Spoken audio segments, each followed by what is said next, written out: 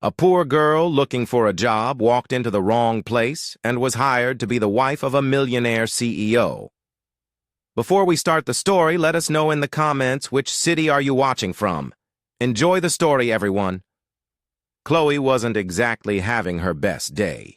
Her heel was bent. Her hair kept sticking to her forehead because of the heat, and the paper resume she was holding had a noticeable coffee stain. But she was determined. Today was the day. The long-awaited interview at Parker Print, a small neighborhood coffee shop promising a steady salary, bus fare, and free coffee. After hours of walking, she finally arrived at the address. She stopped in front of the building, huge, all glass with a shiny sign at the top. Parker Corp. Wow, this coffee shop sure got fancy. Must have spent a fortune on toner, she muttered as she walked in. The receptionist looked at her without smiling. Name? Chloe Martins.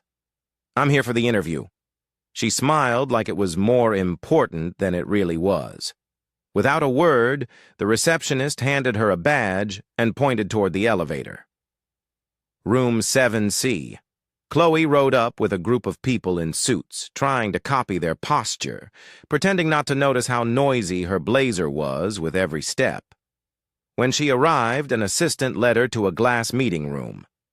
You can wait here. Mr. Parker will see you. Mr. Parker? Now that's what I call a serious copy shop. A few minutes later, the door opened and Chloe saw the most intimidating man she had ever met. Tall, sharply dressed, serious expression, definitely the Parker from the sign. He sat down across from her, still looking at his tablet. Name? Chloe Martins. Copy shop? He asked, raising an eyebrow at her resume. Yes, I'm an expert in A4 paper, jammed staplers, and rebellious toner. It's a natural gift. Nathan raised an eyebrow. Chloe, you're in the wrong building. Parker Print is a small copy place downstairs, 2 doors past the pharmacy. This is Parker Corp., a global tech company. The interview here is for a secretary. Secretary? She straightened up. Well, look, I'm great at that, too. I answer phones like a pro. I've memorized all the classic lines. Good morning. How can I help you? And I've got a few variations with enthusiasm. He looked at her, clearly trying to figure out if she was serious. I organize files, folders, even broken hearts, and I can use spreadsheets. Well, sort of. I've opened one before. That counts, right? Nathan blinked slowly. You're really trying to convince a stranger to hire you for a position you didn't even know existed 3 minutes ago. That's what I call professional flexibility. I adapt. You want me to make coffee? I'll do it. Remind you of meetings? I'm your girl. Need me to entertain your grandma during a business dinner? I'll dance. In a long dress, Nathan pressed his lips together, trying not to laugh. You dance terribly, but with confidence, and sometimes that's what today's candidates are missing. Boldness. You talk a lot, and I listen well too. See, multi-purpose, like a human Swiss Army knife. He finally laughed. You're a complete disaster. I agree, but I'm a functional disaster. If I fall, I get up. If I mess up, I improvise. If I get lost, I ask Google Maps. Nathan rested his chin on his hand and studied her. You know the last person who made me laugh in an interview? Your mom? Never. No one until now. Chloe blinked. Well, that's a good sign, right? Maybe. Tell me something. Why would I hire someone who walked into the wrong interview, mistook a copy shop for a global company, and just declared war on common sense? She took a deep breath, and for the first time spoke seriously because I need this. Because I work hard, and if you give me a chance, I promise you won't regret it. Or at least you'll laugh a lot. Nathan stayed silent for a few seconds. Then he stood up. Start tomorrow 8 a.m. What? Personal secretary office next to mine. There'll be lots of paper and coffee, so you're already in the right mood, but please try not to embarrass me the first week." Chloe blinked, speechless. "Are you serious?" "Very. And don't call me mister. It's Nathan, just Nathan." He walked out. Chloe stood there staring at the door. For a moment, she thought this was a prank show. But no, it was real. She got in the elevator, still in shock, holding her badge like it was a trophy. "I walked into the wrong building and got a job. Either I'm really lucky or he's really crazy. Maybe both." At the top of the building, watching through the glass, Nathan Parker saw her leave. Chloe showed up at 7:56 a.m. That was a miracle on its own. Getting up early was already hard. Getting up early and excited, that deserved a star on the Walk of Fame. She walked into Parker Corp with the same badge from the day before hanging around her neck, and a smile that tried to hide how nervous she was. She was wearing her best formal outfit, also known as the least wrinkled blouse, and the pants she could zip up without holding her breath. As she approached, the front desk, the same receptionist from the day before, gave her the same, "Are you serious? Look!" Chloe just waved cheerfully. "Good morning. First day on the job. You can smile. I promise not to put toner in the wrong place. I mean, there's no toner here anyway. Right?" She laughed to herself. The receptionist didn't. She headed up to the 17th floor like she'd been working there for years. The truth was, she was counting her steps just to keep from passing out from anxiety. When she got off the elevator, she was met by a woman who looked perfect. Clipboard in hand, high heels clicking down the hallway like an angry metronome. "You must be Chloe." "That's me. The new secretary, officially hired by mistake, but ready to make it work work." The woman raised an eyebrow but said nothing.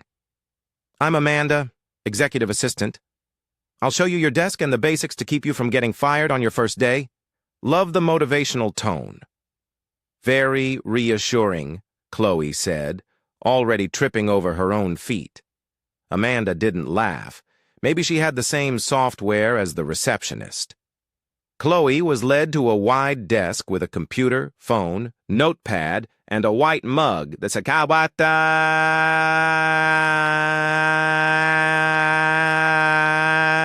San the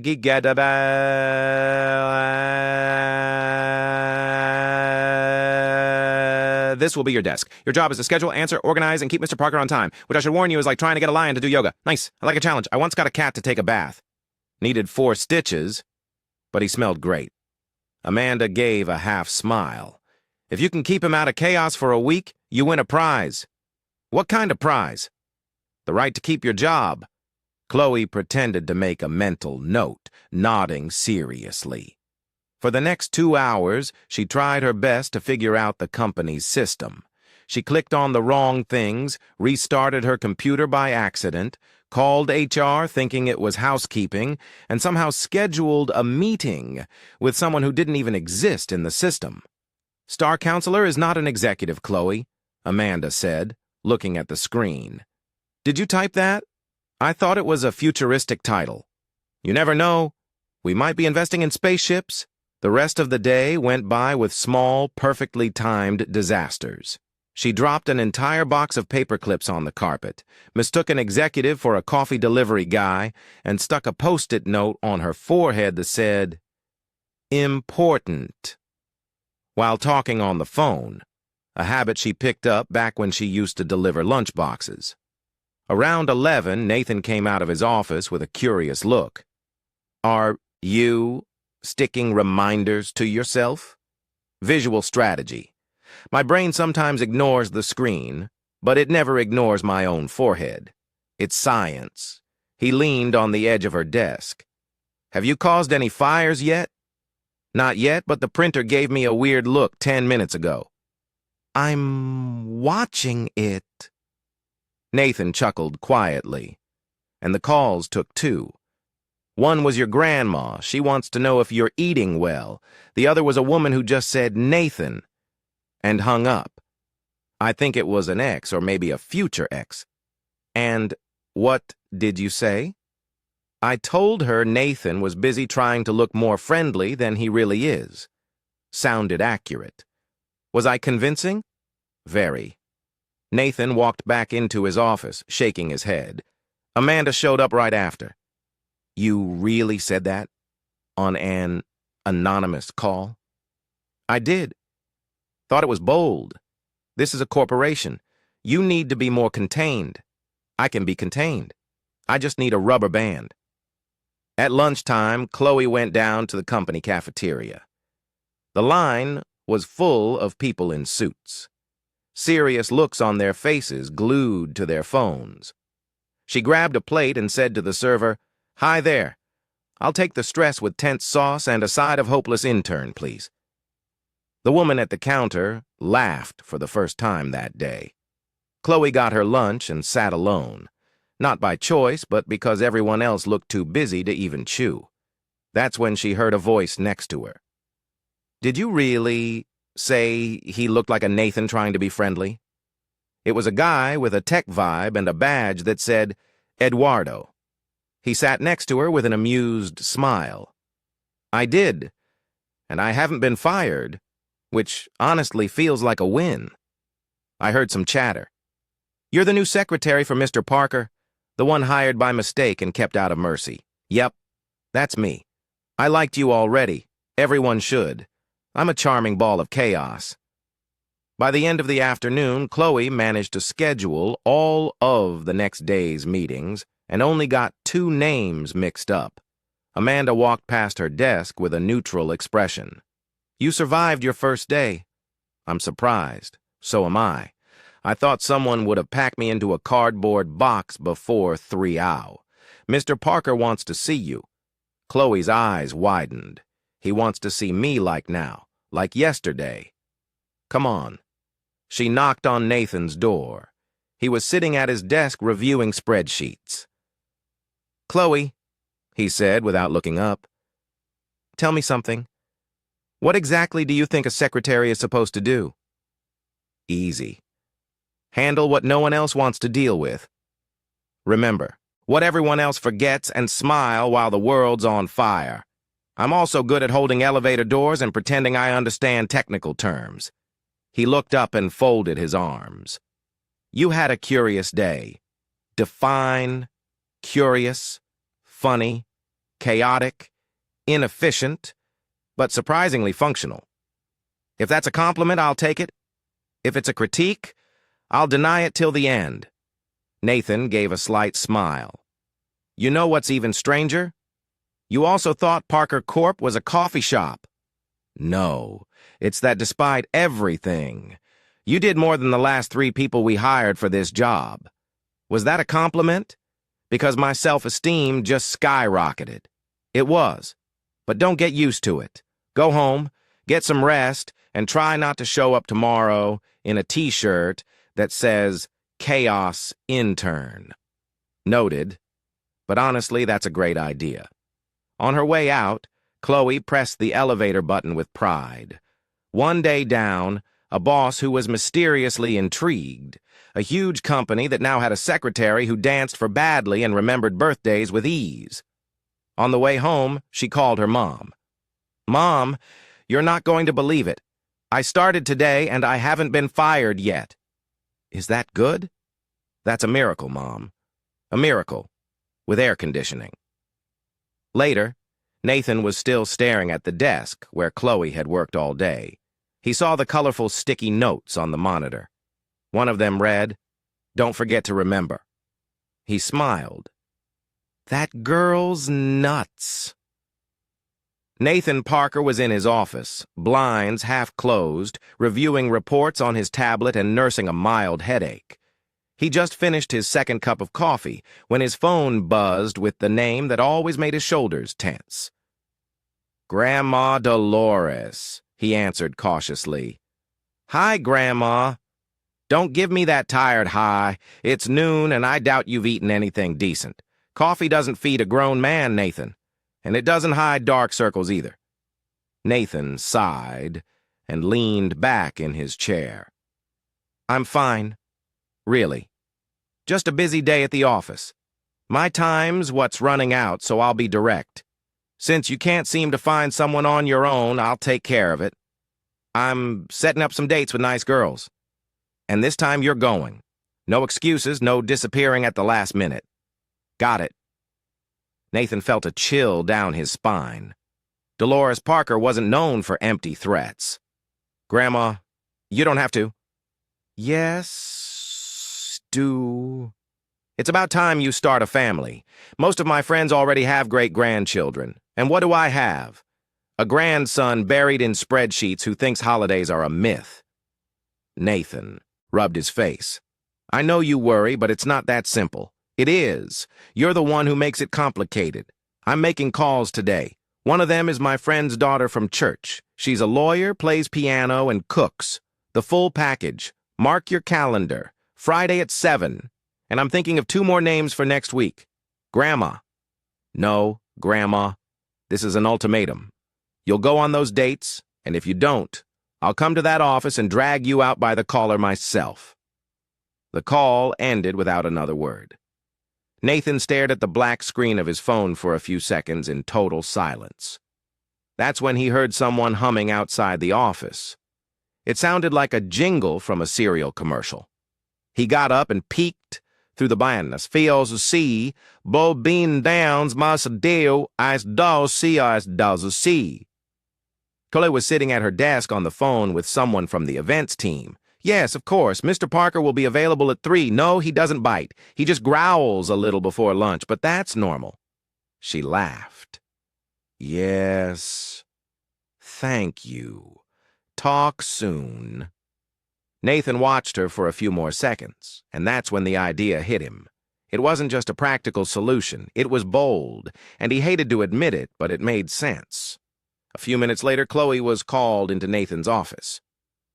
You called for me? She said, standing in front of his desk, her name badge slightly crooked with a smile that always seemed spontaneous.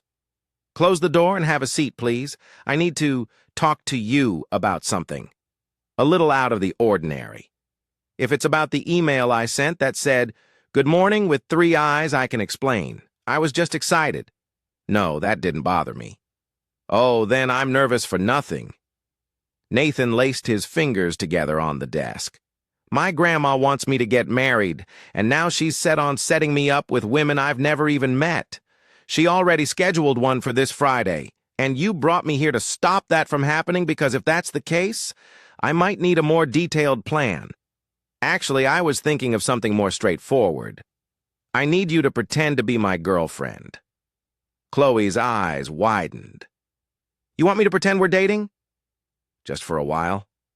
If my grandma thinks I'm in a serious relationship, she'll stop arranging me surprise dates. And why did you think I'd be the best person for this role? Because you're convincing and unexpected. No one would guess I'd fake a relationship with my brand new assistant. It'll look real. Chloe crossed her arms and looked at him.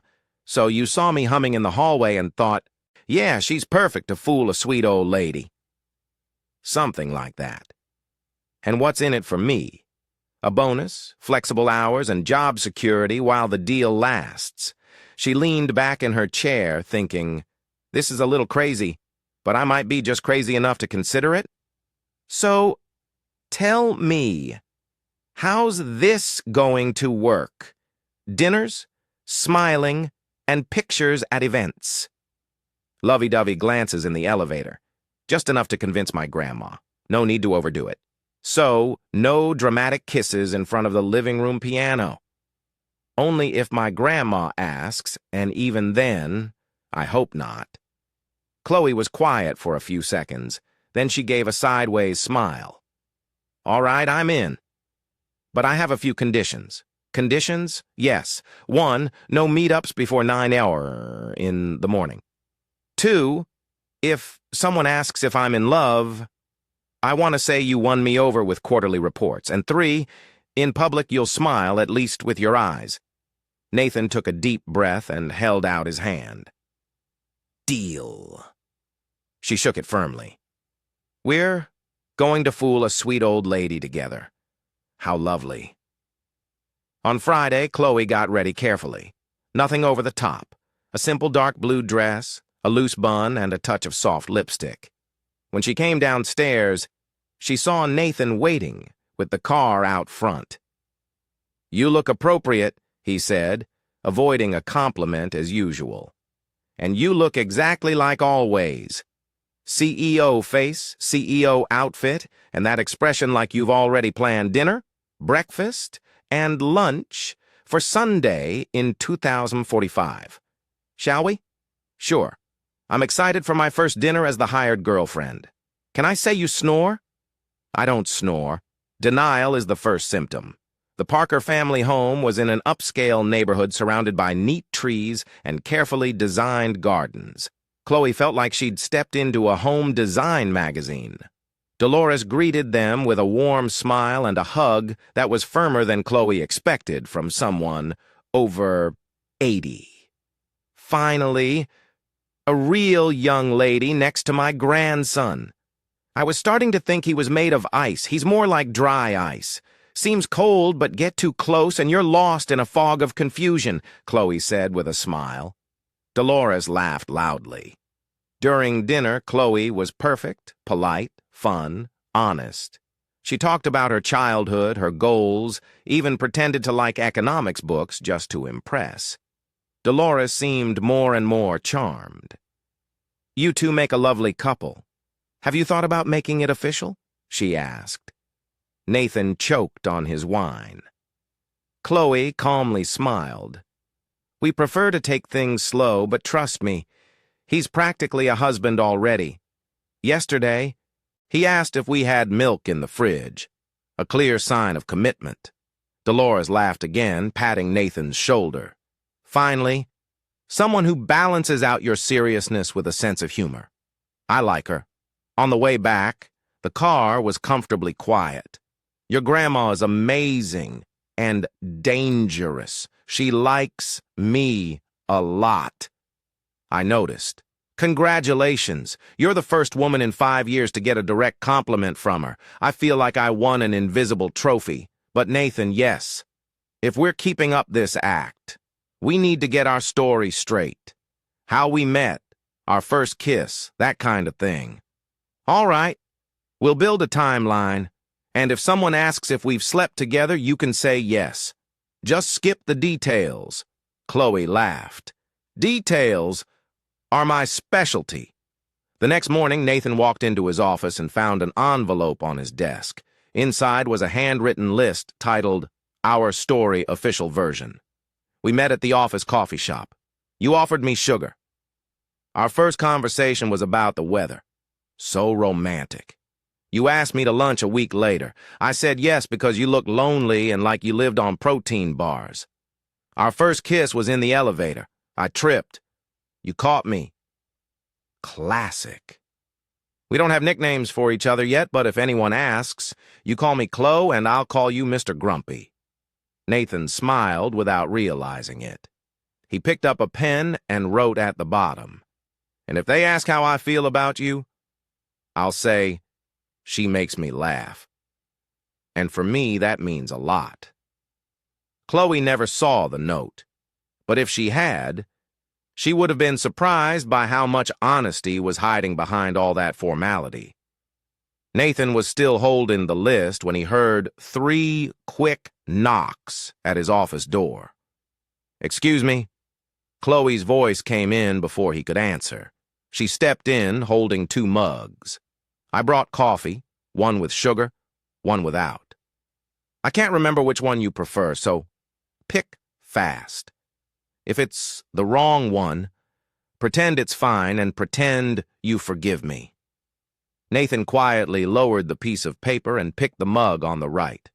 No sugar. You got it right. Great.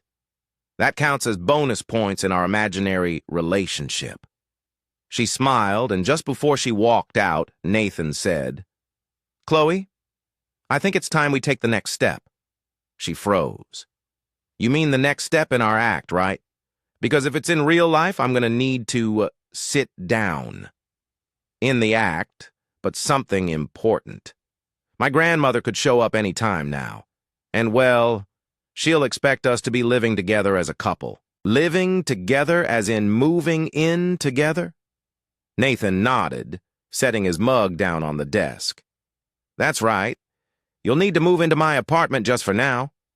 Are you serious? Completely. Just until things settle down. A week or two? Maybe 3.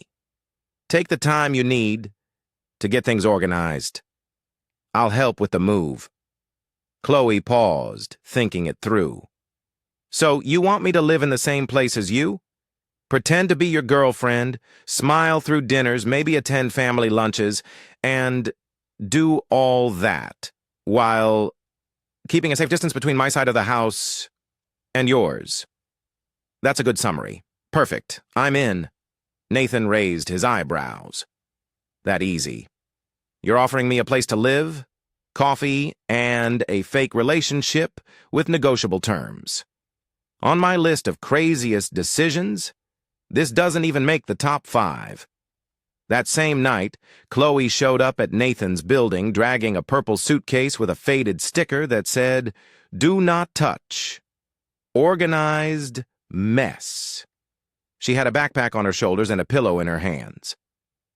"Ready for my new temporary life as a pretend wife," she said, out of breath. Nathan held the door open for her. "Did you bring the whole house?" "Just the essentials. Clothes, shoes, slippers, my favorite pillow, and a few emotional necessities, like this cookie jar my aunt gave me in 2014. Nathan's apartment was exactly how she imagined it. Quiet, clean, stylish, and way too organized. Everything looked like it had been measured with a ruler. Chloe stopped in the middle of the living room and slowly turned in a circle, taking it all in. Wow. This place looks like a catalog. Where are the tangled charger cords, forgotten mugs, and shoes kicked off by the door? They don't exist. Everything has its place. Well, you should take a picture now.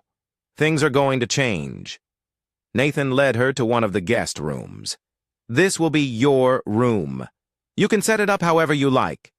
Just avoid plants that need attention. He paused. Or pets. So, the hamster I was planning to bring will have to wait. She dropped the suitcase on the floor and started unpacking with surprising speed.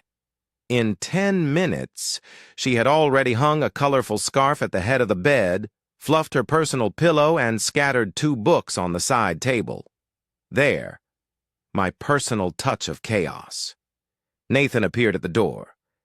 "Shall we talk about rules?" "Sure. I'm ready. We can even make a bulletin board with heart-shaped magnets." They sat down at the dining table. Chloe grabbed a notebook and a pen. Rule number 1. No entering my room without knocking unless it's a fire, a hurricane, or a really big insect. Agreed. Rule number 2. Don't touch my personal computer. Fair. Rule number 3. Each person washes their own dishes, even water glasses. They technically don't get dirty, but morally, they do. Nathan typed something into his phone. Rule number 4. No speakerphone calls in the shared spaces. Perfect. And rule number 5, any argument must be paused for chocolate or a light TV show. They looked at each other almost smiling. "We're being very reasonable," said Chloe. "It's still the first day," Nathan replied. Later that evening, after a simple dinner Nathan had made, scrambled eggs and avocado toast. The two of them were watching a comedy show in the living room. Chloe sat cross-legged on the couch, holding a cushion. "You actually laugh at this?" she asked, laughing on her own. "Not as much as you," Nathan said, holding back a smile. "Is your sense of humor on mute?" "It's an observation mode. You're expressive enough for both of us." She picked up a cushion and pretended to throw it at him, but stopped. "I don't trust you enough yet to risk starting a pillow fight." Nathan stood up. "Tomorrow, we have a meeting with the development team at 9. and my grandmother might call. Want me to answer? Only if you want to become the family favorite for good. Tempting. Late that night, Chloe was tossing and turning in bed. The mattress was comfortable, but the silence was too much. She was used to the noise of her old neighborhood, cars passing, neighbors arguing, a dog barking at nothing. Here, everything was quiet and new. Let's play a little game with those who only read the comments. Type pizza in the comments. Only the ones who made it this far will get it. Now back to the story. She got up and walked to the kitchen. Nathan was sitting in the dark, holding a mug of tea. "Can't sleep?" she asked gently, turning on the light. "I usually stay up late." "Me too, but tonight, I think it's the bed being too quiet and the lamp not making noise, and the fact that I'm living with a man I've known for 4 days. Nathan motioned to the chair beside him. She sat down. "You're very calm about all this," Chloe said. "I've been through trickier situations and you seem trustworthy." "Wow. That might be the nicest thing you've said since we met. Don't get used to it. I never get used to nice things. They usually come with hard tasks." They sat in silence for a moment. Then Chloe asked, "What if your grandmother decides to drop by unannounced?" "She will. It's just a matter of time. Then we need to look convincing. Photos together, a toothbrush of mine in your bathroom, maybe even a pair of shoes by the door. Already planning the mess. Strategic mess. It's part of the plan. Fine. But don't call me honey in front of her. And you don't call me darling, unless the situation demands it." Chloe smiled. "All right. Now go back to bed. We have a routine to pretend tomorrow." In the morning, Chloe woke to the sound of Nathan's alarm coming from the other room.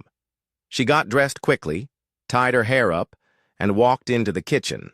He was already there, dressed in a gray suit and polished shoes. "You get ready with terrifying efficiency," she said. "Habit." It took me 10 minutes just to choose between 2 shirts. Then I picked the third one. Nathan handed her a printed list. Things to remember: birthdays, company event dates, relatives' names, and how we met. Chloe read the first line.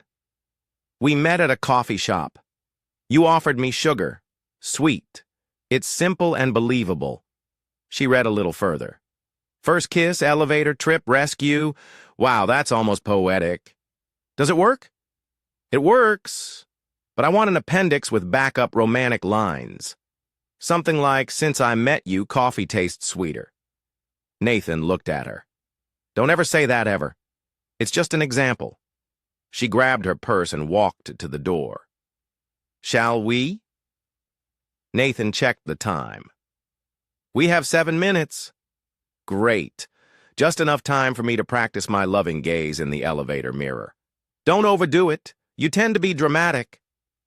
Chloe rode the elevator with him, both quiet for a few floors. "Nathan, yes. This is still completely insane. I know. But for now, it's working." He looked at her for a second longer than usual. "For now, it is." And when the elevator doors opened on the ground floor, they walked out side by side, as if they'd done it dozens of times before. Nathan had barely stepped into the office that morning when he'd already received 4 urgent emails, 2 incomplete reports, and a call from his grandmother asking what Chloe's favorite color was. "Why does that matter, Grandma? I'm buying throw pillows for the engagement gift you haven't told me about yet. I want them to match her sofa." Nathan sighed and leaned against his desk. "Navy blue. Will that do?" "Perfect. Just don't show up with a cheap engagement ring. I've sent you some options by email." He hung up and looked at the door. At that exact moment, Chloe walked in with her purse over her shoulder and a box of donuts in her hands. "I thought today was a good day to start with some sugar," she said, smiling. "Unless there's a diamond ring inside that box, you're not solving my problems," he replied, taking a donut. "Wow, we're optimistic this morning." What happened? My grandmother called. Wants to know your favorite color so she can buy throw pillows. And apparently she's planning our engagement on her own. Great. At least someone in this relationship is putting in the effort. Chloe sat at the table and pulled a folder with the day's schedule from her bag. Today you have a meeting with the legal department at 10 Sexiwa, then a presentation with the marketing team. And she turned the page. A dinner with investors at 7. And yes, it's listed as a social event. They want to meet the couple. Nathan frowned. Who confirmed us as a couple? I did. You were too busy yesterday and we needed to reply. And since we're pretending to be in a relationship, I figured social events were part of the deal. He took a deep breath, but didn't argue. All right, but I want to go over a few ground rules before then. No jokes about my childhood, no mentioning my snoring, and please don't bring up the time I spilled coffee in the elevator. You turned as red as a tomato that day. It was adorable. Let's not emphasize that. Okay? I'll be the perfect, charming, quietly in love character. Quiet. Okay. Moderately quiet. That afternoon, as they left a meeting with the logistics team, Chloe pressed the elevator button eagerly. I bet we'll get it empty. I like the quiet and the soft music. Makes me feel like I'm in a spy movie. Nathan raised an eyebrow. You make up stories in elevators. Of course. I've been abducted by aliens in one, confessed love to my arch-enemy in another, and once fought off a killer clown in my mind. That explains a lot about your behavior. The elevator doors opened, and they stepped in alone. Chloe leaned against the wall. If this were a movie, this would be the moment when the tension between the characters builds.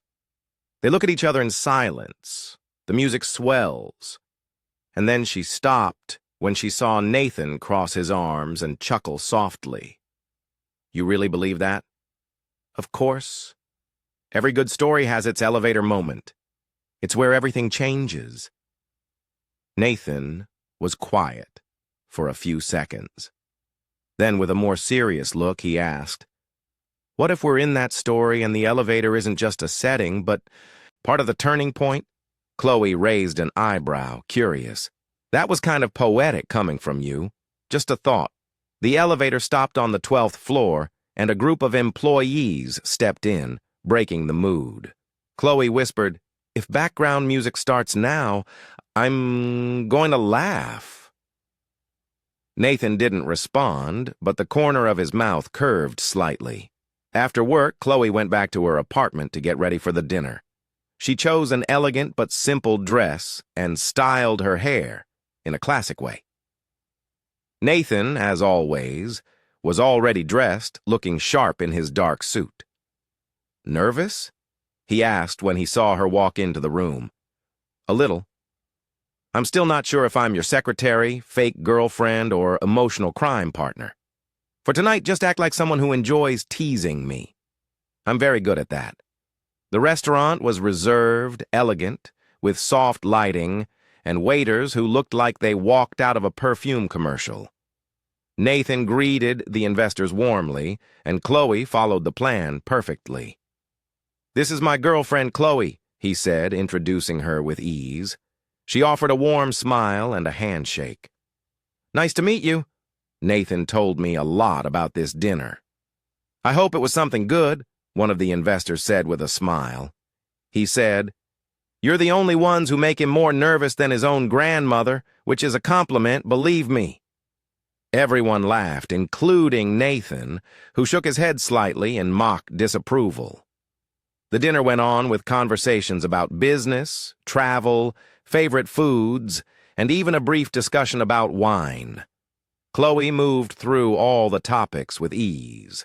Her quick thinking and relaxed humor even won over the more serious guests. So, Chloe, what do you do when you're not winning over our friend here? One of the guests asked. Chloe pretended to think.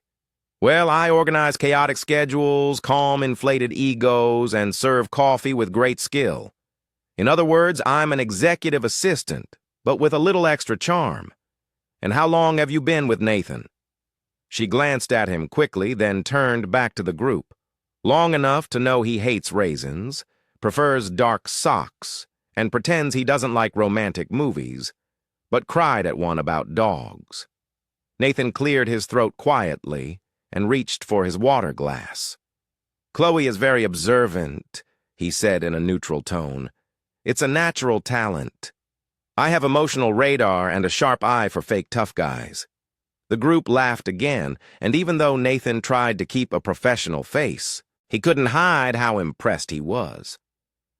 On the way back to the car, the two walked in silence.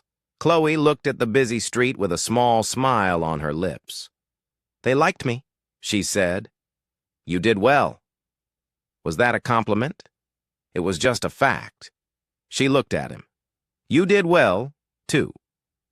Less grumpy than usual. Almost friendly. I was under pressure. I couldn't blow our cover. Right. And when you defended me from that joke about my music taste, that was an automatic reaction. You've been having a lot of automatic reactions lately. You'll end up getting used to me.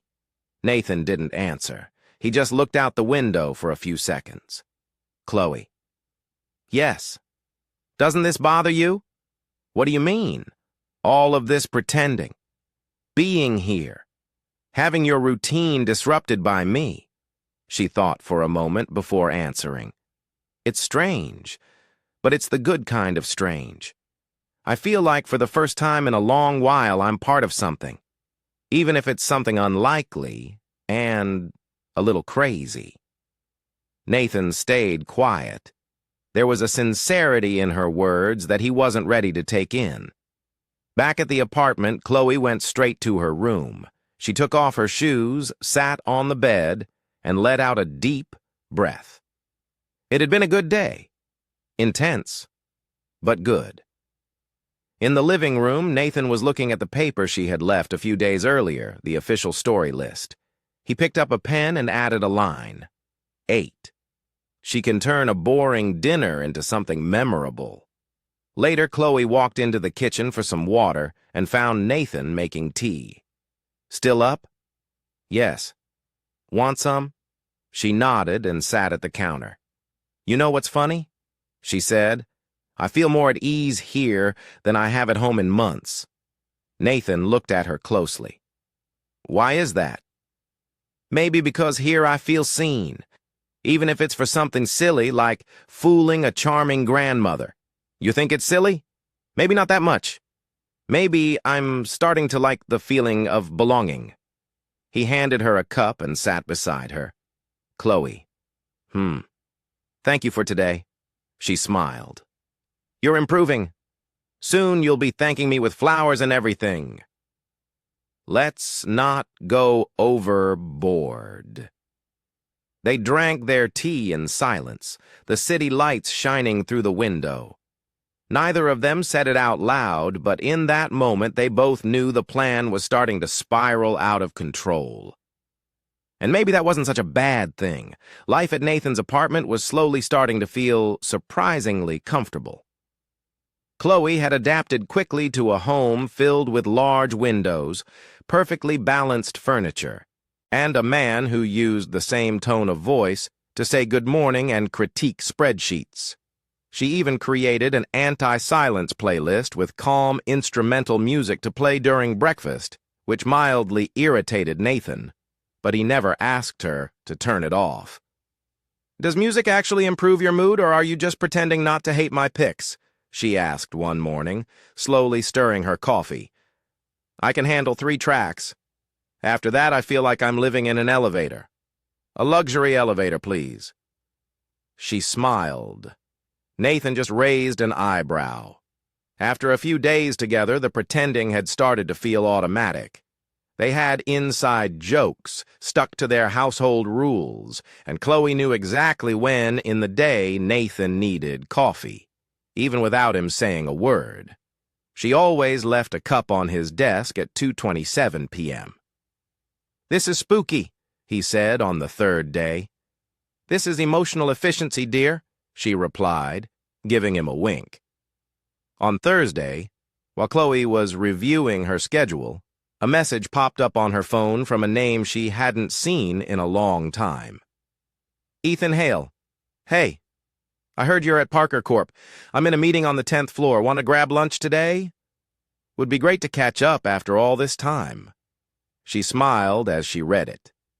Ethan had been her high school classmate, one of the few who didn't tease her for wearing hand-me-down shoes or bringing lunch in a grocery bag. He was kind, funny, and back then, incredibly popular. Since then, they'd exchanged a few occasional messages but never met again. "Who's Ethan?" Nathan asked, noticing her different smile. "An old friend, schoolmate. He's here at the office and wants to have lunch." Nathan glanced at the clock, then back at Chloe. "Lunch? Yes, just two old friends catching up. Normal people do that. How long is this lunch? Why are you going to time it?" "Just curious. Relax. I'll be back before you finish your quarterly report." That would be too fast. "Then I'll come back with dessert." Ethan was waiting for her in the lobby. He was even taller than she remembered, dressed in a well-fitted suit and wearing his usual easy smile. "Chloe," he said, opening his arms. She hugged him back. "Ethan, how is it possible that you look better and I just look more late? You look great, and you still have that same energy. It's so good to see you." The two of them walked to a restaurant just 2 blocks away. They talked about school, about the years that had passed, and about how he was now running a fast-growing startup in the educational, technology sector. "And you?" he asked. "I read you're at Parker Corp. How did that happen?" Chloe laughed. "Long story. It involves the wrong building, a mistaken interview, and a secretary position offered by a very unconventional CEO. Sounds like the start of a romantic comedy. I hope it stays a comedy. Too much romance can be complicated." Ethan smiled. "And this CEO, is he your direct boss?" "Nathan Parker. That's him." "Wow. I've heard of him. Focused, private, efficient. They say he can't stand distractions? And yet he hired me. Go figure. Maybe he sees in you what others don't." She blushed slightly and changed the subject. Back at the office, Chloe found Nathan standing in front of her desk. "You came back on time. Impressive. Did you miss me? I was monitoring punctuality. Does Ethan make you uncomfortable?" "No." "Why would he?" "Because your eyebrows are more tense than usual. Maybe it's just concentration or jealousy." Nathan stepped a little closer. "Chloe, this is just a contract." She smiled but didn't answer. By the end of the day, Nathan was still uneasy. He wouldn't admit it under pressure, but something about the way Chloe talked about Ethan bothered him more than he wanted to admit. Meanwhile, Chloe was typing something on her computer with headphones on. Nathan tapped the edge of her desk to get her attention. "We're going out for dinner tonight." "What? Dinner? Out? Restaurant? Waiters? Dim lights?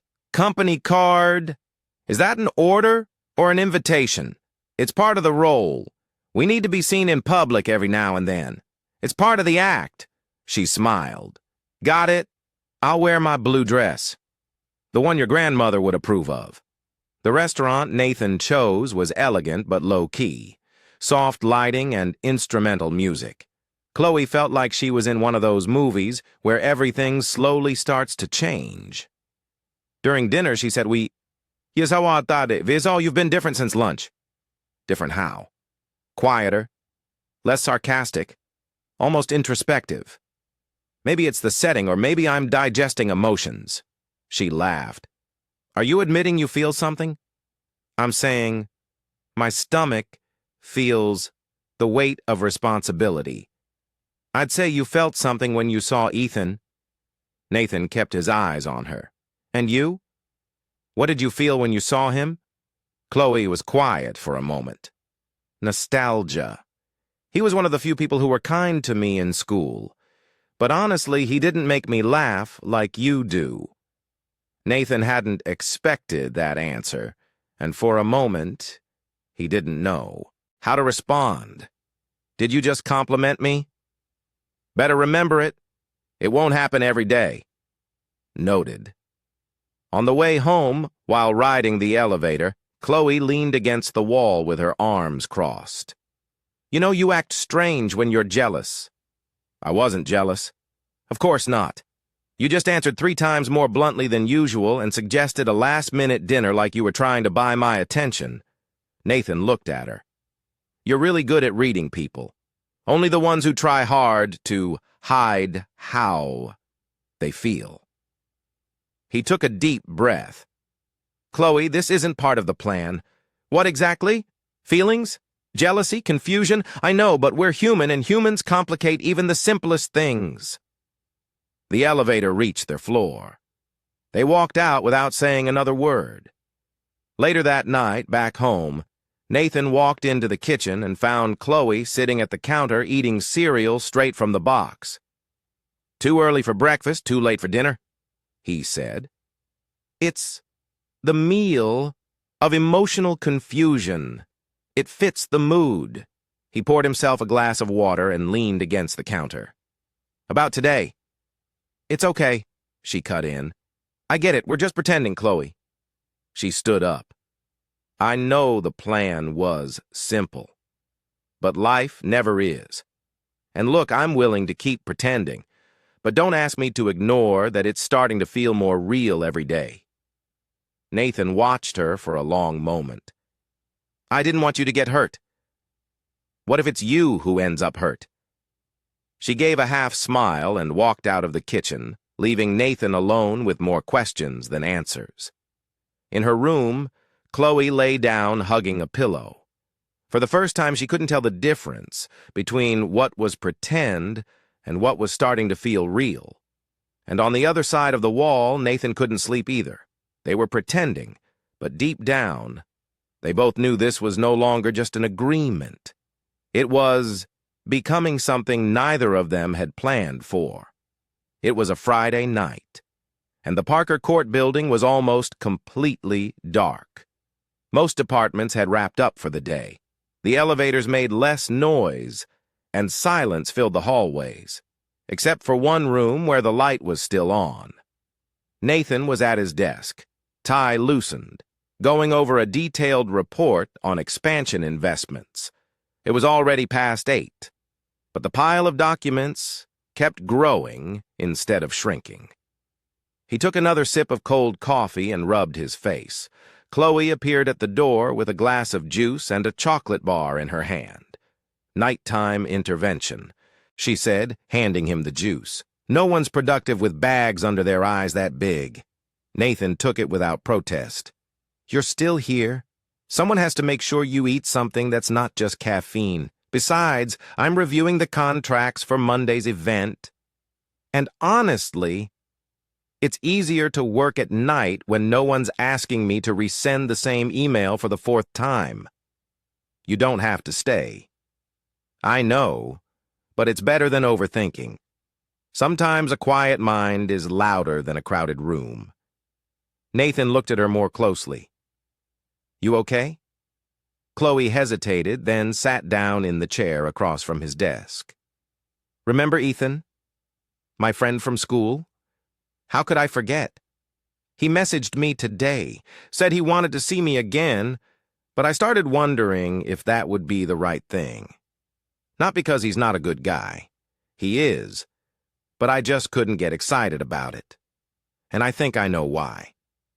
Nathan didn't say anything. He just listened. This thing between us, this crazy agreement, it's affecting me more than it should. I can't just ignore how I feel when I'm around you. The room fell silent for a moment. Nathan put down his pen and leaned forward, arms resting on the desk, looking straight at Chloe. Chloe, I know what you're going to say, that it's just a deal, that this is all an act, that we have rules. She gave a small, sad smile. But real life doesn't follow a script. And even when everything's fake, sometimes the feelings are real. Nathan took a deep breath. I never wanted to drag you into anything that might hurt you. That was never my intention. I know you're a good man, Nathan. Behind that steel posture, there's someone who cares. Someone who writes beautiful sentences and lists no one ever sees. Nathan looked surprised. You saw them? No, but I felt them, and that's enough. He stood up and walked to the window, looking out at the city lights. I've never been good at this. Feelings, connections. I prefer control, spreadsheets, logic. Chloe slowly stepped closer, but not everything needs to be controlled. Some things just need to be felt. Nathan turned toward her. His face was serious, but his eyes, there was something different in them, a mix of doubt, longing, and an old fear of letting go. It's dangerous, maybe, but what isn't? Without another word, Nathan stepped forward. Chloe didn't move away. He raised his hand hesitantly and gently touched her face, and then, in a quiet moment, he kissed her. It wasn't a planned kiss or a controlled one. It was real, simple, true. And for a moment, everything about contracts, pretending, and expectations disappeared. When they pulled apart, Chloe kept her eyes closed for a second. Was that in the script? Nathan gave a slight smile. I think we just went off script. She opened her eyes, trying to manage the confusion inside her. And now? Now, he said, returning to his calm tone. We face the consequences together. Chloe nodded slowly. Okay, but tomorrow I promise not to hung in the hallway. That might just make things more confusing. Nathan laughed. You're already part of my routine, even if it complicates everything. They went back to their tasks, but something had shifted. There was a new feeling in the air, a kind of unexpected peace. As if, even in the middle of the chaos they'd created, they had found a small space of truth. Monday morning came quietly at Nathan's apartment. The smell of coffee hadn't filled the kitchen yet, and the sound of the radio, which Chloe always kept low, wasn't playing. Nathan sat at the table, reading the newspaper with a fixed gaze, but nothing was sinking in. He turned the page, but his mind was still stuck on Friday night. The kiss. That kiss. It hadn't been planned, and maybe that's exactly why it shook him so much. Across the apartment, Chloe was looking at her reflection in the mirror as she tied her hair into a quick bun.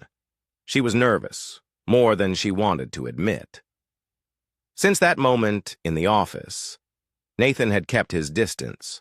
Not cold, just different. Over the weekend, he avoided any mention of what had happened. No comments, no conversations. Everything seemed carefully ignored. She walked quietly into the kitchen and found Nathan already dressed to leave. He was standing still, holding a cup, staring out the window. Good morning, Chloe said with a soft smile. Good morning. The reply came quickly, but without looking at her, without the usual tone, without that light teasing that had become natural between them. She slowly opened the fridge, pretending to look for something, then grabbed an apple. Did you sleep well? More or less. Silence. She took a bite of the apple, trying to think of a way to break the tension. About Friday. Nathan turned around immediately. Chloe, I think it's better if we don't talk about that. She paused. Not talk about it. It was a moment, a distraction. It's not part of our arrangement. Chloe set the apple down on the counter. And since when does life follow arrangements? We both know something's happening. Ignoring it will only make things worse. Nathan crossed his arms. I need this to stay simple. Simple. She gave a humorous laugh. You brought me into your apartment, asked me to pretend to be your girlfriend, involved me with your grandmother, your coworkers, your life. And now, you want everything to stay. Simple. I didn't want this. I didn't expect to feel anything, neither did I. But feeling something isn't a mistake, Nathan. He was silent for a few seconds, then spoke more softly. I feel like I'm starting to lose control, and that's dangerous. Chloe stepped closer, her eyes steady. Maybe that's the problem. You're so used to controlling everything, you forgot what it's like to just live. Nathan took a deep breath. I think this has gone too far. The words landed heavy between them. What are you saying? That maybe we should stop. The act, the agreement, all of it. Chloe felt a tightness in her chest. So you want me to leave? I think it's what's best for both of us. She nodded, trying to keep her dignity. Of course it's fine. I understand. Nathan looked at her for a moment as if waiting for something, but Chloe simply turned and walked out of the room. 2 hours later, Chloe had packed her things. The purple suitcase was back in the living room along with her pillow and the box of cookies. She walked through the apartment calmly, though everything inside her achy. On the kitchen table, she left an envelope with what she called an emotional receipt. Inside, a simple note. It was a good lie. So good that for a moment I believed it. Take care of your grandmother and of yourself, too. Nathan found the note, later, that night. He read it once, twice, 3 times, then placed it in the drawer next to the list Chloe had written at the beginning of it all. The next few days passed slowly. Chloe returned to her small apartment, back to her modest routine, far from the bright halls of Parker Corp. She kept working, now remotely. Nathan had kept her on, but with distance, formal emails, cold messages, and she also avoided any attempt to get closer. You seem quiet, her friend Megan said during lunch on Saturday. I'm just trying to clear my head. That has a name, Chloe. It's called disappointment. It wasn't disappointment, it was an illusion. The problem is, it felt so real. Megan held her hand. Maybe it was real, but sometimes people just don't know how to handle what they feel. Chloe gave a sad smile, and sometimes they just prefer not to feel at all.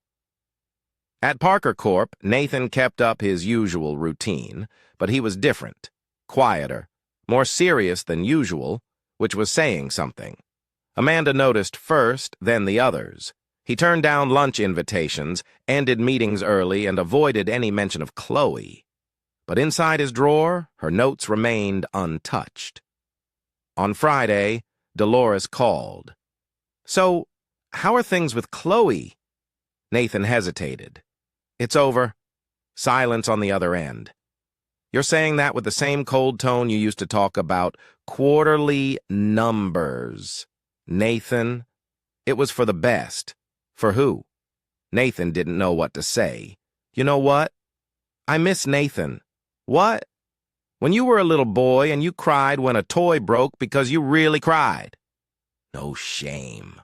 Now, you break everything inside yourself and just go quiet. Nathan swallowed hard. I have to go, Grandma. Of course. But think about what you're losing. And if not for yourself, think of her. She looked alive when she was with you. And you? You looked human when you were with her. Let's play a game for those who read only the comments. Type Coca-Cola in the comments. Only those who made it this far will understand. Now, let's get back to the story. That night, Nathan sat alone in his apartment. Same couch, same lighting, same things in place. But something was missing. A sound, a smile, a voice that used to fill the silence with absurd comments and simple truths. He looked at his phone several times, typed messages, deleted them, rewrote, gave up. For the first time, the man who controlled everything didn't know how to fix what had been broken. And for the first time, Chloe wondered if what they had built, even if it started as a lie, wasn't deep down the truest thing she had ever felt. Chloe's apartment was small, but that Monday morning it seemed a bit brighter. Maybe it was the sunlight coming through the window, or maybe the fresh coffee she had made herself. Or maybe for the first time in days, she felt like she was standing on her own 2 feet again. She was finishing up reviewing her resume when she got a message from Ethan. The position in the communications department just opened up. They're looking for someone creative and proactive. Do you have time to talk today? Chloe smiled. Creative and proactive? I've got plenty of that, she murmured to herself. Ever since she had left Nathan's apartment, she'd been trying not to fall into the emptiness that was left behind. Yes, it still hurt. Yes, there were still nights when she reopened the note she had left for him, wondering if he'd even read it. But now she knew she couldn't stop there. She put on her best light blue blouse, tied her hair back with a firm elastic, and popped in her headphones to boost her mood on the way. This time, it was for her. At Ethan's office, a fast-growing startup, the environment was light, modern, and completely different from the seriousness of Parker Corp. There were colorful paintings, plants everywhere, and even a shelf full of books on creativity and innovation. Ethan greeted her with a warm hug. "You came. I'm glad. I needed a change of atmosphere, and the energy here is different. That's because we work with purpose. We want people who think outside the box. And you, Chloe, were never inside it." She laughed, surprised by the compliment. "Is that a good thing? It's essential." They talked for almost an hour. Ethan explained the projects in progress, the challenges of the field, and especially how she could contribute fresh ideas, particularly in communications and social campaigns. "I'm offering you a trial, a real chance. No pretending. Do you accept?" Chloe extended her hand, confident. "I accept." Over the next few weeks, Chloe threw herself into the new job. She created content, organized campaigns, led meetings. Her energy was contagious. For the first time, she was truly heard. Her ideas were taken seriously. One day, after a presentation that was praised by everyone, she was walking down the sidewalk with an ice cream in her hand when she stopped in front of a store window. Inside, a TV was showing coverage of a charity event hosted by Parker Corp. Nathan appeared next to a group of executives, serious as always, but empty. Chloe stood there for a moment, then took a bite of her ice cream and kept walking. That's it. Life goes on. Nathan, meanwhile, wasn't handling Chloe's absence well. The apartment felt bigger than it really was. The couch felt harder and the silence heavier.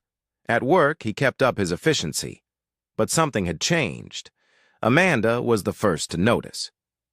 "Do you need me to reorganize your schedule, Mr. Parker?" she asked one morning. "Is it already organized?" "It is." "Then there's no need to change anything." "But you've been staring at the same meeting for 15 minutes, and it was yesterday." Nathan closed the tablet. "I'm just distracted." "Since when do you get distracted?" He didn't answer. That afternoon, he walked past the desk that used to be Chloe's. It was empty. No sticky notes. No coffee mug. No laughter. He felt something tighten in his chest. It was like a part of his routine had been ripped away without warning. One night, Dolores called again. "Looks like there's no hope for you." "You called just to remind me of that." "I called because my friend's daughter saw Chloe at a tech company event and was amazed, said she was glowing. And guess what I thought?" "What?" "That you're a fool. You let a woman with her own light slip away and now she's lighting up someplace else." Congratulations. Nathan held the phone in silence. You called just to make me uncomfortable. I called to remind you that sometimes to get back what really matters, you have to do what you've never done. Lower your guard. I did what I thought was right. Then start doing what you feel. She hung up without saying goodbye. At the end of that week, Chloe got an unexpected invitation, a special campaign project with a spot on a public panel. It would be the first time she'd speak to an audience as an official representative of a team. She accepted without hesitation. On the day of the event, she wore a light blazer, black pants, and a simple necklace that matched the quiet sparkle in her eyes. Ethan walked beside her, proud. Nervous? He asked a little, but also excited. I'm doing something important for myself. And you look beautiful. She thanked him with a gentle smile. Thank you, Ethan. Across the room, Nathan Parker watched from a distance. Sitting in the back row, he had arrived unannounced. He'd heard about the panel from a colleague, and something had pushed him to come. He wanted to see it with his own eyes. And there she was, radiant, confident, independent. As she spoke about empathetic communication and the impact of truly listening to people, Nathan felt a mix of pride and regret. After the event, he kept his distance. He stayed through the end of her talk and left before she saw him. But that night, he opened the drawer of his desk and reread every note, every message from Chloe, as if he were looking for the strength to take the next step. The next morning, Chloe arrived at her new office and found an unmarked envelope on her desk. Inside was just one note written in the handwriting she knew so well. Some people only realize the value of light after spending too long in the dark. Thank you for bringing light into my life. I'm learning to light my own way now. But if one day you'd like to share that light, I'll be here. She read it, then read it again, sitting in her chair. And then, for the first time since the agreement ended, she smiled from the heart. It was just the beginning, but she knew she was back and stronger than ever. Nathan received Dolores's message a little after 8 in the morning. I'm not feeling well. Can you come? It's serious. Without hesitation, he canceled his first meeting and drove to his grandmother's house. On the way, he tried to calm the knot in his stomach that kept tightening. Dolores rarely said something was serious, and when she did, it almost never had to do with her health. When he arrived, he parked in front of the house, heart racing. He opened the door with the copy of the key she had given him years ago. Grandma, in the living room, dear. Nathan walked into the living room and found Dolores sitting calmly in her armchair, wrapped in a floral blanket holding a steaming cup of tea. You okay? I'm alive, which is something at my age. But I've been feeling strange. A sense of something, maybe a hunch. Nathan frowned. You said in your message it was serious, and it is. Loneliness is serious too. But don't worry, my grandson. Tea helps. Nathan let out a sigh and rolled his eyes slightly. Grandma? Before he could say more, the doorbell rang. He turned surprised. Did you call someone? Would you get that for me, dear? When Nathan opened the door, there was Chloe. She held a bag and looked both confused and cautious. Chloe. Hi, Nathan. Well, I got a message from your grandmother. She said she needed me. I thought it was something serious. Nathan turned slowly to Dolores. You sent a message to both of us? Dolores smiled, like she had just won a game of chess. I'm so glad you both came. I really did need some help. With what exactly? There's a problem in my room. Too strange to explain, but could you two take a look? Nathan hesitated. Chloe did too. Is it urgent? She asked. Absolutely. I can't sleep with the idea that something might be lurking. Chloe gave Nathan a skeptical look, and he shrugged. Let's get this over with. Dolores's bedroom was a spacious, tidy room with a soft lavender scent. Nothing seemed out of place. So, what's strange in here? Nathan asked, arms crossed. Over there in the corner near the wardrobe. I think I heard a noise last night. Chloe walked toward the wall, glancing around. Nothing here. Everything looks fine, Grandma. Nathan added. Are you sure? Look again. Nor the dresser, too. As they both turned to look at the other side of the room, they heard a loud click. The door slammed shut. Grandma, Nathan called. From outside, Dolores's voice came through clearly. Oh dear, the lock jammed. Nathan ran to the door and turned the handle. Nothing. Grandma, did you lock us in here? No, the lock's been touchy. Must have stuck again, but don't worry. The locksmith will be here tomorrow morning. Just sleep there for the night. The mattress is comfortable. Dolores, Chloe said, stunned. Good night, children. The old woman said far too cheerful for someone who had urgently asked for help. Nathan leaned his forehead against the door for a second. We've been tricked. With style, Chloe added. The room was way too quiet. Chloe sat on the edge of the bed and looked around. Well, at least we have pillows and only one bed. You can sleep on the floor. Of course, my punishment for trusting my grandmother or mine for bringing cookies, thinking this was a recovery visit. Nathan grabbed a pillow and a blanket and laid down on the carpet beside the bed. This floor feels like it has invisible thorns. Just imagine if you'd brought your orthopedic mattress. By now, you'd be demanding emotional compensation. Go ahead and laugh, but my back is a national treasure. Chloe lay down on the bed, trying to relax. Do you think she planned all this? No doubt about it. Why? Because she saw what we were trying to hide, and she got tired of waiting for us to figure it out ourselves. So she thought locking us in a room would solve everything. Maybe she knew what was missing was silence and being close. Chloe turned to face the wall. I missed you. Nathan lifted his head from the pillow, surprised. Even after everything, even then, silence. I missed you too. Every day. But I was scared. Scared of feeling of losing control, of getting hurt. I was scared too.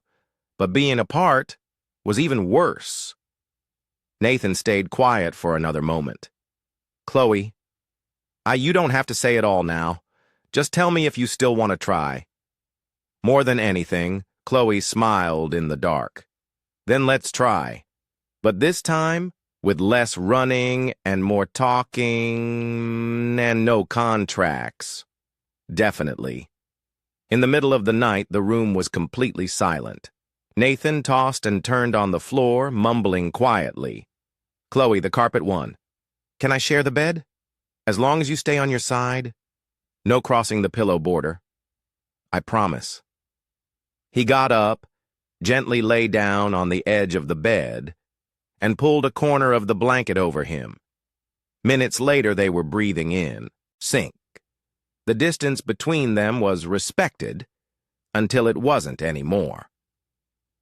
During the night, Nathan shifted slightly toward the center. Chloe, fast asleep, moved too. As the sun started to peek through the window, they lay side by side, shoulder to shoulder, as if nothing had ever come between them. The soft morning light filled the room when Dolores knocked on the door. Good morning. Are you two still alive in there? Nathan woke up first. Chloe was still sleeping, her face peaceful. Still alive, Grandma? He answered softly. The lock seems to be working better now. A miracle, isn't it? A miracle or a setup? A little of both. Outside, Dolores smiled. You know, sometimes love just needs a little push, or a well-placed lock. Chloe slowly opened her eyes, and she said, "Good morning, love." Nathan looked at her, took her hand, and kissed the tips of her fingers. "Good morning," Chloe smiled, still half asleep. Outside the door, Dolores smiled again and said, "Nothing like a good plan. Now I can enjoy my coffee in peace." 3 weeks had passed since the night Dolores had accidentally locked Nathan and Chloe in the room. Since then, everything between them had taken on a lighter, more genuine rhythm. No masks, no contract, just two hearts learning to move at the same pace, stumbling now and then, but always laughing when it happened. Nathan was no longer the man who had to control even the way books were arranged on a shelf. And Chloe no longer needed to prove to herself that she was worthy of love. The two of them had learned through experience that the most genuine feelings don't always follow logic, but they always make sense. That Saturday morning, the sun shone over Manhattan, and a light breeze played with the curtains in Nathan's apartment, which now was Chloe's, too, or as she liked to call it, our neutral zone, with a tendency toward messiness. Nathan was in the kitchen slicing fruit with near-surgical precision when Chloe walked in, her hair up in a loose bun and wearing one of his t-shirts as usual. "I like watching you with knives. It adds a dangerous charm to your image," she said, grabbing a strawberry from the bowl. "And I like seeing you in my t-shirts, though I may never find half of them again. They're keepsakes now. Sentimental items, extremely high emotional value." Nathan laughed, then looked at her for a moment in silence. "Have you ever noticed the apartment feels bigger when you're here? Was that supposed to be a compliment?" It was a poetic observation. "I'll take it, but only because I'm hungry." After breakfast, Nathan disappeared for a few minutes. Chloe found it odd, but didn't worry. She was finishing up some emails for a volunteer project when he called her from the balcony.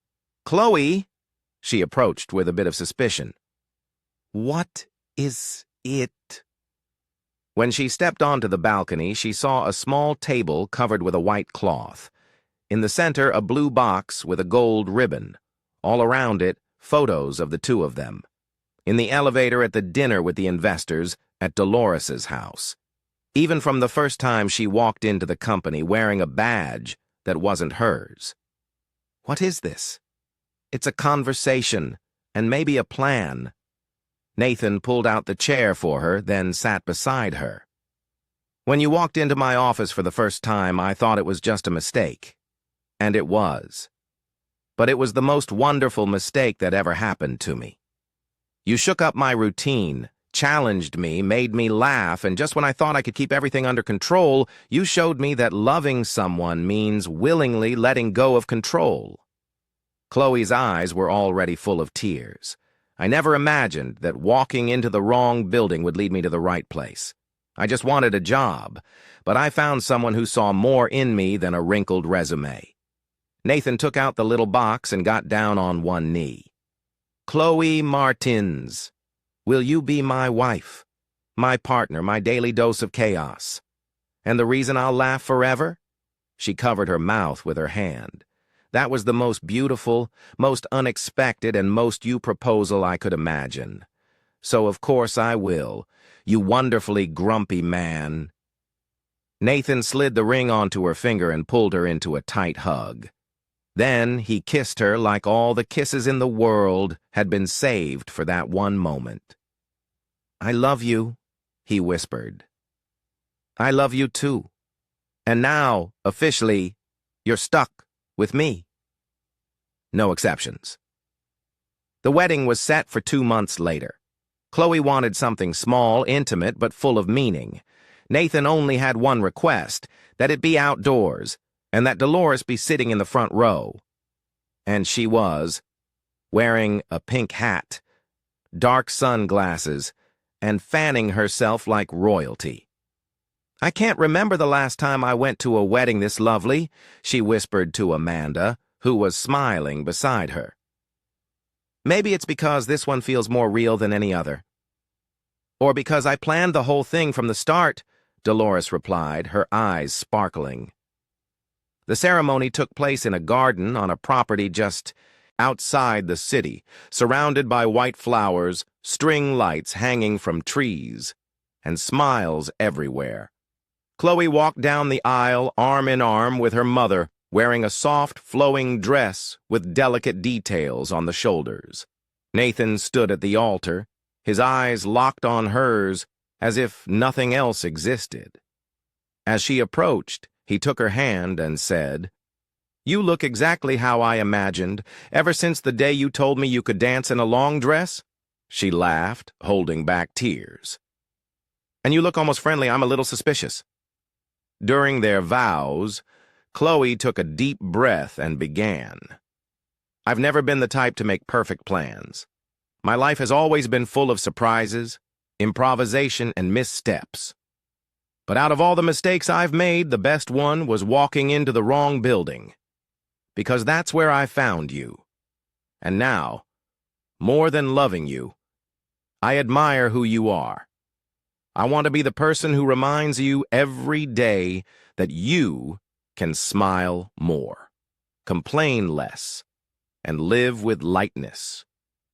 Nathan smiled, his eyes shining. "And I've never been one to show emotions. I spent my life trying to stay in control, but you taught me that love is the complete opposite. It's free, light, messy. It's laughing in the middle of an argument. It's hidden chocolate in a drawer. It's loud music in the morning. It's you. And I want to spend every day learning how to be the man you already believe I can be." The guests stood and applauded. Dolores wiped her tears with a linen napkin. After the I do and the official kiss, Chloe whispered in Nathan's ear, "Now it's official. You're mine forever, and you're my favorite kind of chaos."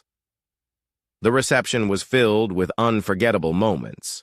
Chloe danced with Nathan to a soft song, tripping twice, which only made it more beautiful. Amanda gave a heartfelt speech about second chances. Ethan showed up as a surprise, bringing a symbolic gift, a little notebook with the words, "Great stories start with small detours." As night fell and the party lights grew brighter, Chloe and Nathan walked into the garden. Just the two of them, for a few quiet minutes. They sat on a bench watching the guests from a distance. "Are you happy?" he asked. "More than I ever thought I'd be. And you? You make me happy. It's that simple." They kissed under the garden lights with the world celebrating around them. But in their hearts, there was silence, peace, and the certainty that they were exactly where they were meant to be. What did you think of Chloe and Nathan's story? Let us know in the comments from 0 to 10. How would you rate this story? Don't forget to subscribe and hit the bell so you never miss one of our stories. And go ahead and check out another emotional story right here on the